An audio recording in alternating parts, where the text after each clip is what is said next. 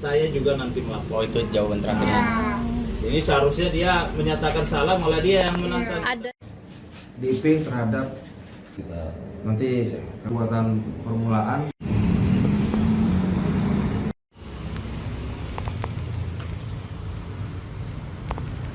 Oke, cukup. Update terkini perkembangan kasus dugaan penipuan jual beli lahan menyeret istri anggota Polres Tarakan, LA, yang ini ditetapkan sebagai tersangka. Hal itu disampaikan Kapolres Tarakan melalui rilis video resmi Polres Tarakan yang disampaikan langsung Kasat Reskrim Polres Tarakan AKP Ridho Pandu Abdillah pada Kamis 26 Februari 2026. Seputar update terkini pemirsa, kami telah terhubung dengan jurnalis Tribun Kaltara dengan rekan Andi Pausiah. Silakan laporan Anda. Ya, baik rekan, selamat siang Tribuners. Bersama saya Andi melaporkan dari Kota Tarakan, Provinsi Kalimantan Utara. Ya, update terkini perkembangan kasus dugaan penipuan dan penggelapan atas jual beli lahan yang dilakukan oleh inisial LA yang merupakan istri dari anggota kepolisian yang bertugas di Polres Tarakan. Saat ini sudah memasuki babak baru, yakni di mana LA resmi ditetapkan sebagai tersangka. Dari total kurang lebih ada 13 laporan yang masuk yang merupakan korban dari LA. Ini disampaikan oleh Bapak Kapolres Tarakan melalui Bapak Kasat Reskrim Polres Tarakan, Bapak AKP Ridho Pandu Abdillah. Dan ia juga menyampaikan dalam rilis resminya pada hari Kamis tanggal 26 Februari kemarin bahwa dalam hal ini LA resmi ditetapkan tersangka oleh Satreskrim Polres Tarakan untuk dugaan tindak pidana penipuan dan atau penggelapan. Kemudian dalam hal ini ia juga menyampaikan kepada masyarakat bahwa per 21 Februari 2026 kemarin pihaknya sudah menerima laporan kurang lebih 13 laporan.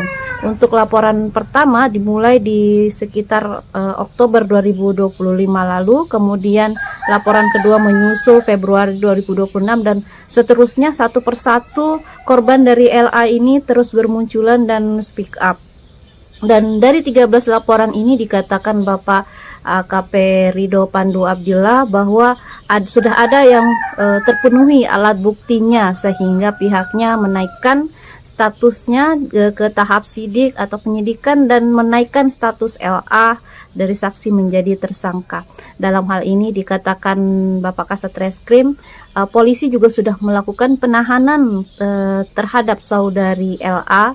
Dan kemudian untuk 12 perkara lainnya ia menyampaikan kepada masyarakat karena memang saat ini masyarakat mengatensi betul, menyoroti betul kasus ini.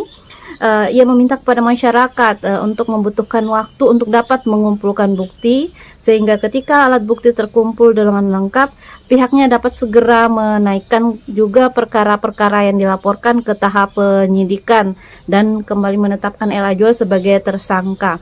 Lalu kemudian ia juga mengimbau masyarakat dan mengajak masyarakat untuk tetap menjaga Kamtibmas, menjaga tetap aman dan kondusif dan tetap mempercayakan kepada kepolisian untuk melakukan proses penegakan hukum sesuai dengan ketentuan perundang-undangan yang berlaku. Dalam hal ini pihaknya mengedepankan penyelesaian permasalahan melalui jalur hukum dengan mekanisme yang sah.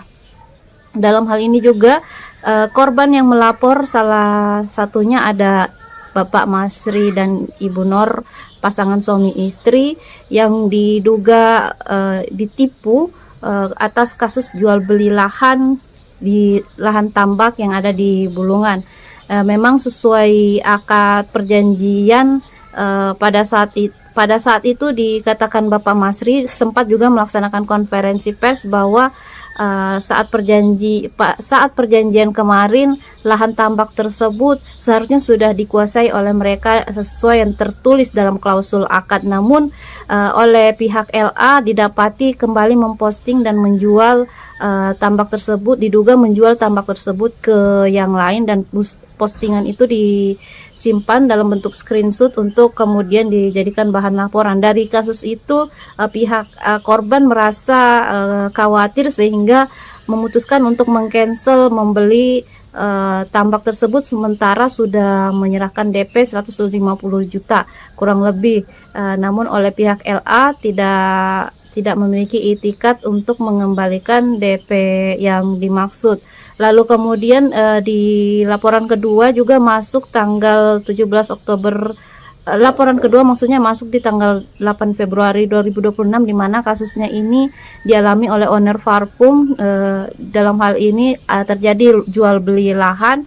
Kemudian ternyata di belakang diketahui lahan tersebut bukanlah lahan milik LA atau memiliki status SHM atas milik LH, melainkan lahan itu setelah ditelusuri oleh pihak korban Sariwulan dan kuasa hukum Ali Putra Pratama, ternyata lahan tersebut adalah lahan milik orang lain, sehingga dalam hal ini pihak korban merasa dirugikan dan ditipu dan melaporkan juga ke Polres Tarakan. Saat ini semua korban tengah menunggu proses selanjutnya. Demikian rekan, saya melaporkan dari Kota Tarakan, Provinsi Kalimantan Utara. Dugaan. Makanya kami melakukan penyidikan, perlu melakukan pemeriksaan terhadap saksi lagi supaya dari hasil penyidikan kami apakah ada peristiwa tindak pidana atau tidak, gitu kan. Baik itu perbuatan permulaan, ya kan, ada menawarkan, ya kan, perbuatan awal. Kemudian pelaksanaannya seperti apa sampai dengan setelah pelaksanaan, apakah ada proses pengembalian, ya kan, ataukah itu sebagian atau seluruhnya. Itu perlu kita lakukan penyelidikan terlebih dahulu supaya terang apakah ada peristiwa tindak pidana. Itu. Tapi bisa juga masuk ke perdata kan, Dan? Data ya sudah pasti, tapi kami tidak menerangkan terkait itu karena itu di luar tusi kami, ya, tugas dan fungsi kami. Kami tentunya yang berkaitan dengan tindak pidana. Besoknya sudah terjadi transaksi dengan perjanjian seadanya. Dan setelah beberapa hari kemudian ternyata kami tidak bisa memanfaatkan itu tambak, tidak bisa, harus bulan 12 dari bulan 9 bulan selesai. Transaksi bulan September. Ya, September tanggal 22. Dijanjikan. Ya. Ternyata saya harus baru bisa mengambil manfaat dari tambak tersebut di bulan Desember. Sehingga saya melihat ini sudah tidak sesuai dengan harapan kita, ya, sebagai pembeli, bahwa ketika kita membeli, ya kita Namanya miliki. udah DP berarti barang Ya. ke kita kan. Dan Jadi tiba-tiba malamnya dia memutuskan bisa. sepihak, tidak bisa turun gitu dengan alasan dia dibawa.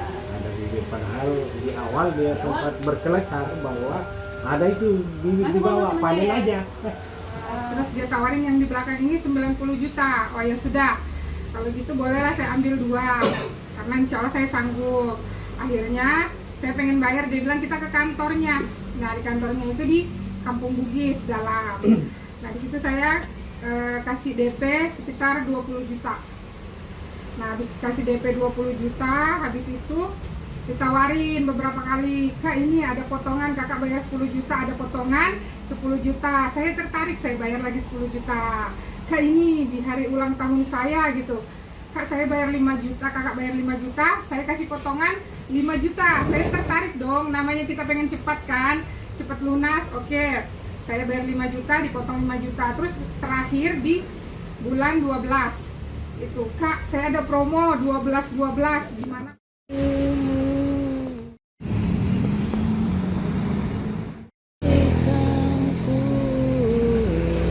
Supaya dari hasil penyidikan kami apakah ada peristiwa tindak pidana atau tidak, gitu kan. Baik itu perbuatan permulaan, ya kan. Terus dia tawarin yang di belakang ini 90 juta. Oh ya sudah, kalau gitu bolehlah saya ambil 2, karena insya Allah saya sanggup. Akhirnya saya pengen bayar, dia bilang kita ke kantornya. Tapi mereka ketemu cara, kemudian minta untuk dilihat lokasinya, namun karena saya juga tidak tahu, lupa dulu.